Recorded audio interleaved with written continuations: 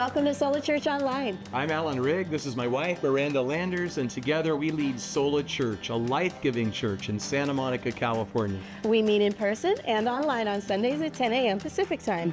Our in-person service is held indoors at Joslyn Park Auditorium, which is at 633 Kensington Road. And our pre-recorded online service can be found on our website, solachurch.life, as well as on Facebook and YouTube.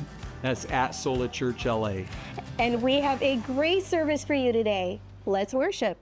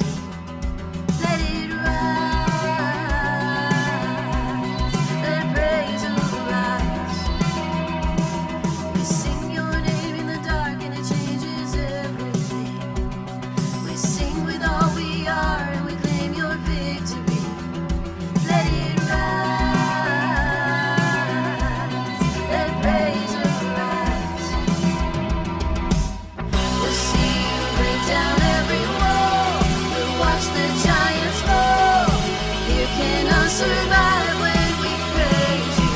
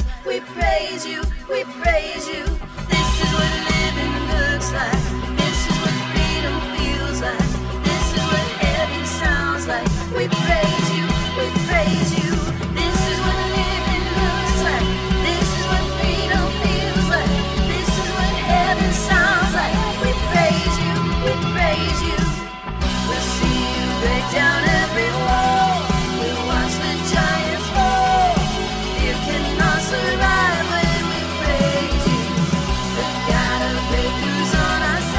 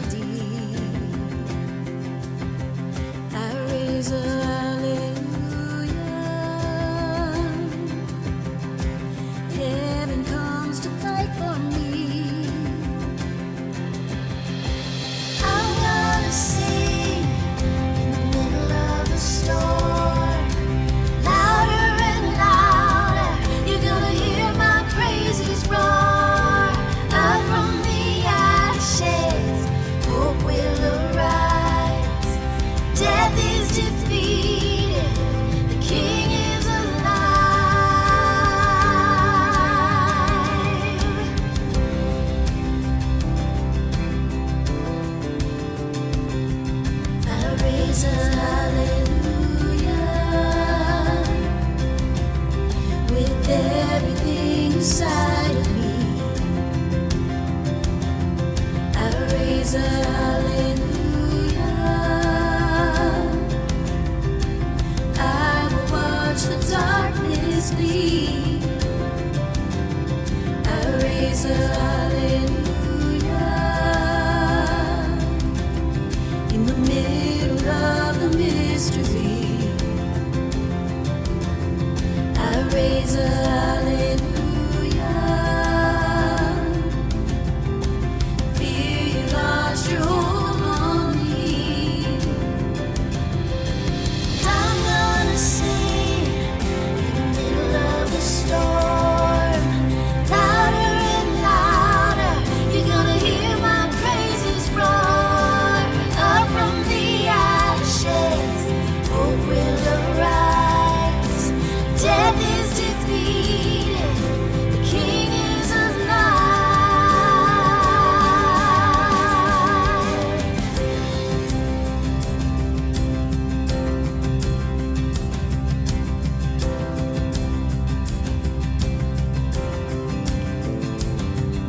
Sing a little louder, sing a little louder, sing a little louder, sing a little louder, sing a little louder, sing a little louder, sing a little louder, sing a little louder, sing a little louder in the presence of my enemies.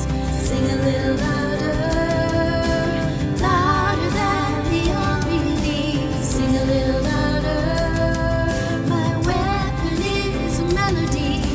Sing a little louder, heaven comes to fight for me. Sing a little louder, in the presence of my enemies.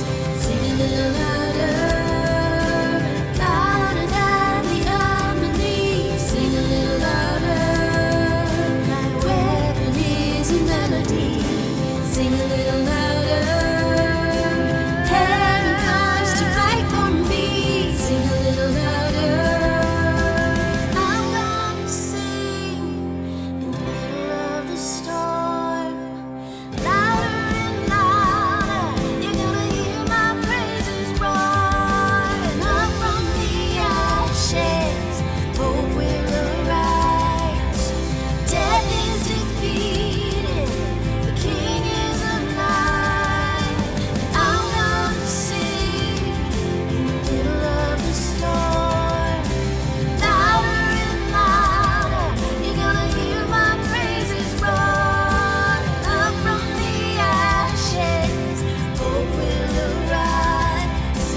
Death is defeated, the King is alive.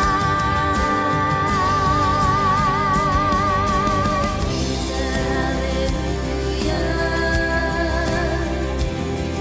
I raise a hallelujah.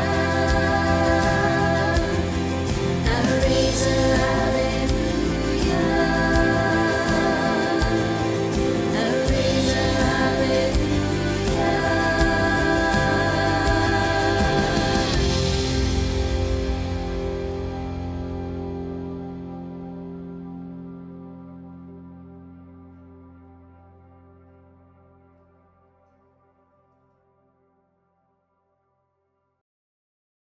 This is that time in our service when we worship with our giving. If you're just checking us out today, please don't feel like you have to participate.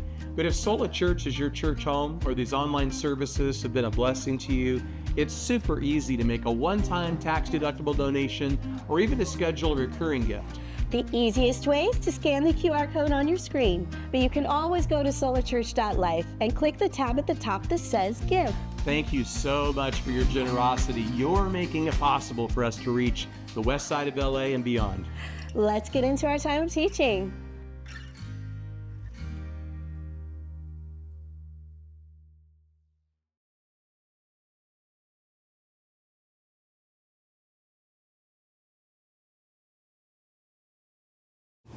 Have you ever felt like a fool? I mean, like said something and felt like a fool, or done something and felt like a fool, or bought something and felt like a fool? Maybe you dated someone or worked someplace or moved somewhere and felt like a fool. Yeah, we've all made mistakes. And some mistakes are bigger than others, right? Like a fashion faux pas is one thing. A slip of the tongue is one thing. Forgetting something we should have remembered is one thing. But some of us have messed up our lives. Maybe we bought into wisdom that in hindsight wasn't so wise. We forgot that the majority isn't always right. That what makes sense to us isn't always sensible, that we have a spiritual enemy, literally hell-bent on our destruction. In James chapter 3, verse 13, it says, "Who is wise and understanding among you? Let him show by good conduct that his works are done in the meekness of wisdom." There it is. There's that word wisdom. What is wisdom? I think sometimes we think that wisdom is knowing a lot. We confuse it with expertise. But we all know people who are experts in this or that thing who don't know how to live well. Other times we confuse it with experience. We think that if someone's, just had more life experiences or maybe, been places or done things that, places we haven't been, things that we haven't done, that is wisdom. But you can have lots and lots of experiences and still not know how to live well. To a Jewish way of thinking, and of course, James, the half-brother of Jesus, was Jewish, wisdom was applied knowledge. So, we're talking not just about a body of knowledge, but we're talking about a body of knowledge applied, especially when applied to one's life. Maybe it would be helpful to think about it this way, that knowledge takes things apart and wisdom puts them back together. To put it another way, knowledge, is what we need to deconstruct something, but wisdom is what we need to reconstruct it. Now, when combined with the word for wisdom, the Greek adjective understanding refers to a specialist. An English equivalent would be like the word scientist. So in effect, James is asking, who has mastered the art of living? Listen to the start of that 13th verse again, this time from the Message. Do you want to be counted wise? To build a reputation for wisdom? Here's what you do. Live wisely. Well, if you haven't already, let's open to James chapter 3 as we continue our series called Next Level. It's so easy to settle in life, but what if God is calling you to grow, to lead, to live boldly? That's why this series, through the book of James, verse by verse, called Next Level. This is all about practical, powerful faith that makes a difference in real life. This is the series that says, don't settle, go next level. So in our talk today, we're going to be talking about wisdom and how to go next level, we have got to foolproof our life. We're going to talk first about how not to foolproof our life. And then in the second part, how to foolproof our life. So first, how not to foolproof our life. Look with me beginning in verse 14. James writes, "But if you have bitter envy and self-seeking in your hearts, do not boast and lie against the truth. This wisdom does not descend from above, but is earthly, sensual, demonic. For where envy and self-seeking exist, confusion and every evil thing are there." So what if James asked, who is foolish among you? I mean, nobody's going to raise their hand, right? None of us thinks of ourselves as a fool. We all think that we're pretty wise, right? The problem is we don't know what we don't know. That's something helpful to remember in so many parts of life. We don't know what we don't know. When I pastored in Austin, I knew a family whose son was colorblind. Excuse me. And their son, by the time I knew them, their son was already an adult. So they were telling me, about his childhood. And they knew that he had something wrong with his vision, but they didn't know what it was. And so they took him, to see an optometrist or whatever, a specialist of some kind. And the specialist suspected that it was color blindness. And so the specialist had their son look through this lens that they described as sort of orange-ish. And when he looked through the lens, he was blown away because the corrective lens caused him to see things the way they really are. And it was like mind-blowing to realize that he thought things looked a certain way, and in fact they looked a completely different kind of way. And it's sort of like that in life. Like that's what James is doing here. James is the specialist, and James is putting different lenses in front of us that allow us to see what we thought was wisdom for what it really is. And so those three lenses in verse 15 are earthly, sensual, and demonic. He's going to put each of those lenses in front of us and help us to see that stuff for what it really is. Do you ever listen to what they say? You know how lots of times we'll actually preface a remark with, well, they say, and then we quote these experts known collectively as they, right? Do you ever listen to what they say? Things like, it's not that bad. You're not hurting anyone. You have a right to be happy. You ever find yourself listening to that? That's earthly, so-called conventional wisdom. And so James is dropping that lens in front of us so that we can look through that lens and see that they are wrong. Do you ever listen to your body talk? Things like this: how can it be wrong when it feels so right? It's only natural. Everyone's doing it. You ever find yourself rationalizing like that? That's sensual. The Greek word means natural. James is dropping this lens in front of us so that we can look through this lens and we can see that my body's wrong. Do you ever listen to the evil one? Things like this. Things like, you'll only do it once. You can handle it. You can quit whenever you want to. You ever find yourself believing stuff like that? That's demonic. The Bible says that Satan is the father of lies. And so James is dropping that lens in front of us so that we can look through it and we can see that the evil one is wrong.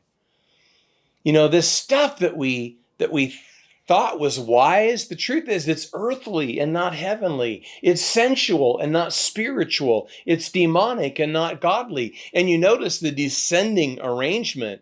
Like, instead of going next level, man, this is leveling down from earthly down to sensual, down to demonic. I mean, how not to go next level by foolproofing your life? Just listen to what they say. Listen to your body talk. Listen to the evil one. Instead of foolproofing your life over time will prove you to be a fool. And instead of going next level, you'll level out, or worse, level down. Notice in verses 14 and 16 the reference to envy. Also, in those same verses, the reference to self-seeking. You know, jealousy and selfishness go together. They go hand in hand. You know, if it's all about me, and that's what they tell me, what my body tells me, and what the evil one tells me, if it's all about me, I can't be happy for you. You know, are you ever sad when good things happen to others? That's selfishness. Are you ever glad when bad things happen to others? That's extreme selfishness. And when we live like that, we hurt the people that we love the most. So we're talking about wisdom and how to go to the next level, we have to foolproof our life. James begins with a how not to. Like, this is how not to foolproof our lives. What we want to do is spend a little more time on the positive side of it, like how to foolproof our lives. How do we do that? So look with me, beginning in verse 17, it says, "But the wisdom that is from above is first pure, then peaceable, gentle, willing to yield, full of mercy and good fruits, without partiality and without hypocrisy. Now, the fruit of righteousness is sown in peace by those who make peace. So notice in verse 15, it talked about wisdom not from above. And now in verse 17, it talks about wisdom from above.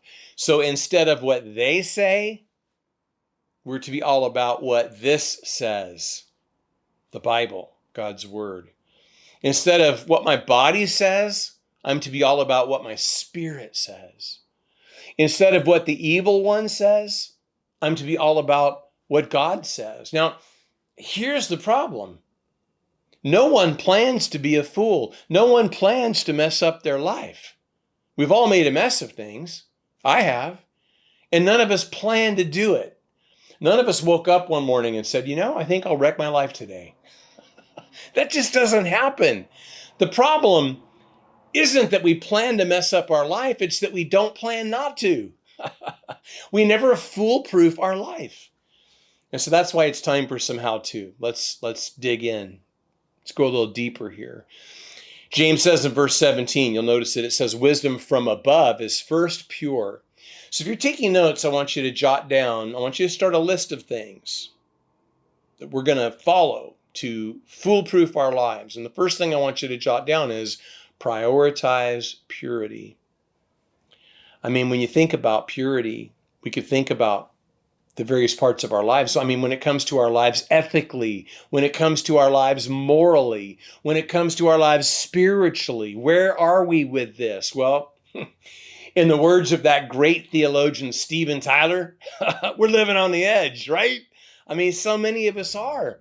Our whole mentality is like, instead of asking ourselves, how far can I stay from the edge so I don't fall? Instead, we're asking ourselves, how close can I get to the edge without falling, right?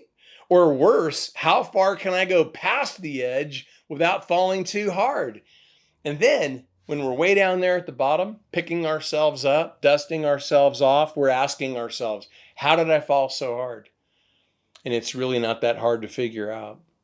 You notice it says first pure. Now that might just mean that it's the first in the sequence, right? He's going to go on to say several more things after that.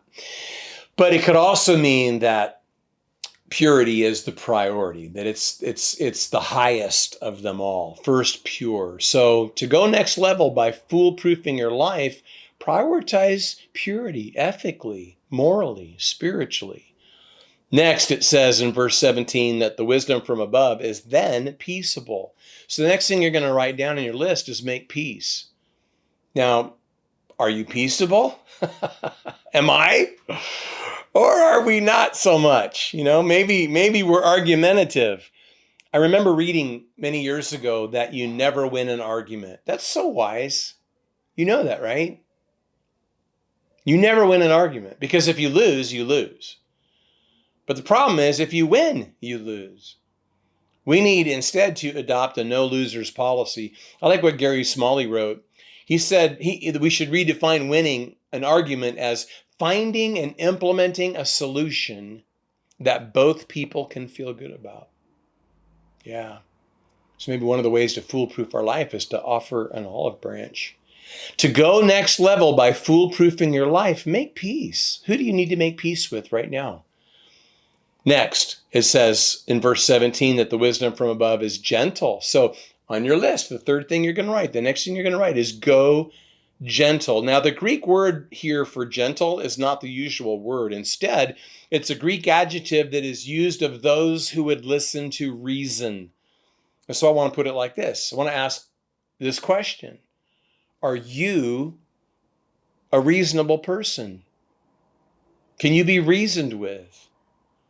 What would the people who know you best and love you most say about this? What would your boyfriend or girlfriend say? Your spouse, your kids. If we're going to be reasonable, here are some things we could try. We could try to understand before trying to be understood. I think we've talked about that in this series. We're always in a hurry to get our point across. And it would be so helpful if we first listened before we spoke. That could be about being curious instead of being critical. Man, it's just so easy, like knee-jerk reaction to be critical instead of being curious about how someone feels or why they feel that way, etc. This is about foolproofing our lives by creating a safe environment. It's about, creating an environment where true intimacy can develop. So to go next level by foolproofing your life, go gentle. Be safe. Be reasonable. Next, in verse 17, it says, wisdom from above is willing to yield. So on your list, now I want you to write be coachable, which might sound like, maybe it's a mismatch, but the Greek word is a compound word. It's a verb that means to be persuaded, and then it has a prefix that means well. So, well persuaded or persuadable or coachable. Pro athletes have coaches, even the best of the best. Even if you're talking about like the GOAT in a particular sport, pro athletes all have coaches because they know that they need another set of eyes. They need another set of insight. Earlier, we cautioned against listening to the wrong they, and there's a whole lot of the wrong they out there. But make no mistake, there is some right they out there too. There are some people out there that have a lot of wisdom. People that are going in the same direction we're going, but they're further down the path. They've been places we haven't been. People that we need to listen to. Sometimes in life, we do something foolish simply because we don't listen to God, because we didn't listen to our parents, because we didn't listen to our friends, or some other voice of reason. Man, it's so much better to find out what I should have done before I do something foolish rather than after, right? It's the difference between a sigh of relief and a sigh of regret. How are you sighing in this season of your life? To go next level by foolproofing your life, be coachable, be teachable. Always be learning. Let people speak into your life. Next, notice in verse 17 that the wisdom from above is full of mercy and good fruits. So in your list, I want you to write model mercy. Earlier in this series, I contrasted justice, mercy, and grace. So in my life, justice is when I get what I deserve. Mercy is when I don't get what I deserve. And grace is when I get what I don't deserve. Wow. Now, here we're on the other end of it, right? Like justice is when I give someone what I think they've got coming. And mercy is when I don't give them what I think they've got coming. And grace is when I give them what I don't think they have coming, what I don't think they deserve. And so with that in mind, what we want is we want mercy for us, if not grace. We want at least mercy for us, but we want justice for others. But notice here, we are to be full of mercy, which means that we're to be controlled by mercy. Does mercy control you? Are your responses to others controlled by mercy rather than by justice? And when we're controlled by mercy, the result will be good fruits. That implies grace. That implies giving others not what we imagine they deserve, but instead giving them what they may not, in fact, deserve, but giving it to them anyway. This isn't just something we feel, it's something that we do. So to go next level by foolproofing your life, model mercy. But next, notice in verse 17 that the wisdom from above is without partiality. So on your list, I want you to write champion consistency. Now, as this word relates to people, it refers to favoritism. And we talked about that earlier in the Next Level series. But as it relates to time, it refers to consistency. Let's talk about that. So much of foolproofing our life is about what we do every day. It's about what we do consistently. It's about those things that we consistently choose to do, and it's about those things that we consistently choose not to do. In life, being wise is not just about our to-do list, it's also about our not to-do list. Maybe we need to make some changes. John Maxwell says, you'll never change your life until you change something you do daily. So maybe there's some things that you and I need to start doing daily. Maybe there's some things that you and I need to stop doing daily. For sure, we want to make good choices in time. In other words, consistently. In other words, daily. We want to make good choices that are good for the people around us. Instead of robbing people of the person that we could be and the relationship that we could have if we made better choices, gifting them with the person that we could be and the relationship that we could have by making better choices. So to go next level by foolproofing our life, we have to champion consistency. Notice in verse 17, it says that the wisdom from above is without hypocrisy. So on your list, I want you to write, seek sincerity. I don't think it was in this series, but certainly on other occasions, we've talked about hypocrisy. The Greek word actually refers to an actor. On the Greek stage, actors wore masks, so that somebody that was sitting far from the stage would know by the mask what the character was feeling. Like these masks had exaggerated features. Some of them even had little devices in them to help project the actor's voice. But so when we understand that the Greek word translated hypocrite refers to an actor, then, foolproofing our life, it means that we don't wear a mask. It means that what you see is what you get. It means that we say what we mean and we mean what we say. Maybe we should understand it to mean that we're open and honest, that we're transparent, that we keep it real, that we're true. To go to the next level by foolproofing your life, seek sincerity. You should go back over the list, the things I had you write down. Man, those are the keys to wise living. Those things are wisdom, man. They're gold. And they're things that if we adapt them, will foolproof our life. Notice again in verse 18, I read it before, I'm going to read it quickly again. Now the fruit of righteousness is sown in peace by those who make peace. This was actually thought to be proverbial. James is, saying something that the people would have been familiar with, but it takes us back to this whole idea of sowing and reaping. If after you watch this online service, you saw me outside planting seeds in the ground, and you knew that they were seeds for X, but I told you that what I was expecting to grow was Y or Z, you would think I was crazy. If you plant X, you're not going to get Y or Z. You're going to get X. You're going to get exactly what you plant. And so James is saying, man, plant foolishness and you're going to reap foolishness. But the upside is plant wisdom and you're going to reap wisdom.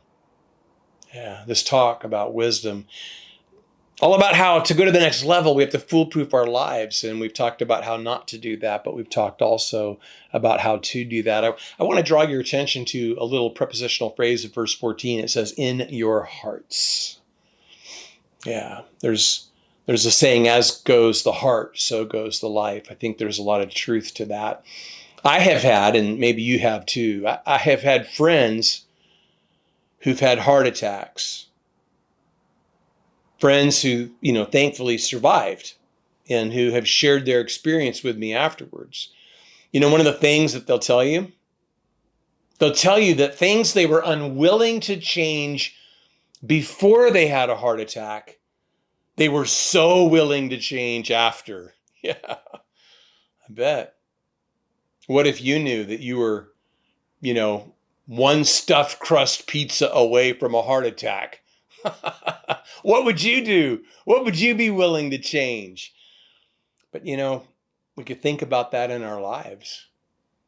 If we knew that we were one or two more foolish choices from wrecking our lives, what would we be willing to change? The end of verse 16 in the Message reads like this, that when we're foolish, when we don't foolproof our lives, things fall apart, it says. And check this out. And everyone ends up at the other's throats. Yeah, that's really, really true. Maybe you've been there. Maybe you're there now. You know, there are people who say, I would give anything to be able to go back and undo what I've done. I've been there. Have you been there? Where you would give anything to go back and undo what you've done? Wouldn't it be better if we were willing to do anything before the damage was done? Yeah. So we said that the problem isn't that people plan to wreck their lives. The problem is that they don't plan not to. They have no intention of wrecking their lives. But everyone who's ever wrecked their life had no intention of wrecking their life. Listen, it takes more than good intentions to finish well. And ultimately, it's not even about what you know, but whom. There's this really cool verse I want to cross-reference in Colossians 2. Verses 2 and 3, it talks about Christ, in whom, it says, are hidden all the treasures of wisdom and knowledge. So, you know where wise living begins? Man, it begins with following Jesus, in whom are hidden all the treasures of wisdom and knowledge. If you're already a follower of Jesus, I just want to encourage you to just go deep with him. But if you're not a follower of Jesus and you want to be, if you want to know more about what it means to follow him, I just encourage you to reach out, like leave a comment, or, you know, if you want to do it privately, like direct message us or email the church, and let us know and we'll follow up with you. But you could just pray a simple prayer, acknowledging your need for God's wisdom, asking Jesus to forgive you and lead you, and committing yourself to, you know, walking, like turning around and walking in a new direction, moving progressively from where you are to where God is taking you. And Father, I just pray for those watching this service right now. I pray for me. I pray for all of us. I pray that we would be wise. I pray that we would foolproof our life, that we would take to heart all of these things that James has warned us about how easily we're confused into thinking that foolish things are wise. Lord, help us to realize that, you know, that's not the case. To look to you for the wisdom that we need to live well and to bless the people around us with the best version of us, with the best version of our relationship. Lord, may we just see rapid growth in our life like James saw in his. Lord, as we commit ourselves to this. And if there's anyone watching this service who doesn't know you, I pray that they'll take that step right now, that they'll bow their head and pray and ask you to forgive them, and ask you to lead them, and ask you to give them the wisdom to follow you all the days of their life. In the name of your Son, Jesus, we pray. Amen. And now it's time to fill out a Connect card. Yeah, just go to our website, solachurch.life, and scroll to the bottom of the homepage. That's where the Connect card lives. It's where you can let us know that you watched for the first time today. It's also where you can request information about our virtual small group. Super fun. We'd love for you to be a part. And don't forget, go and follow Sola Church on social media. Right, totally. It's at Sola Church LA on all your favorite apps. Let's connect.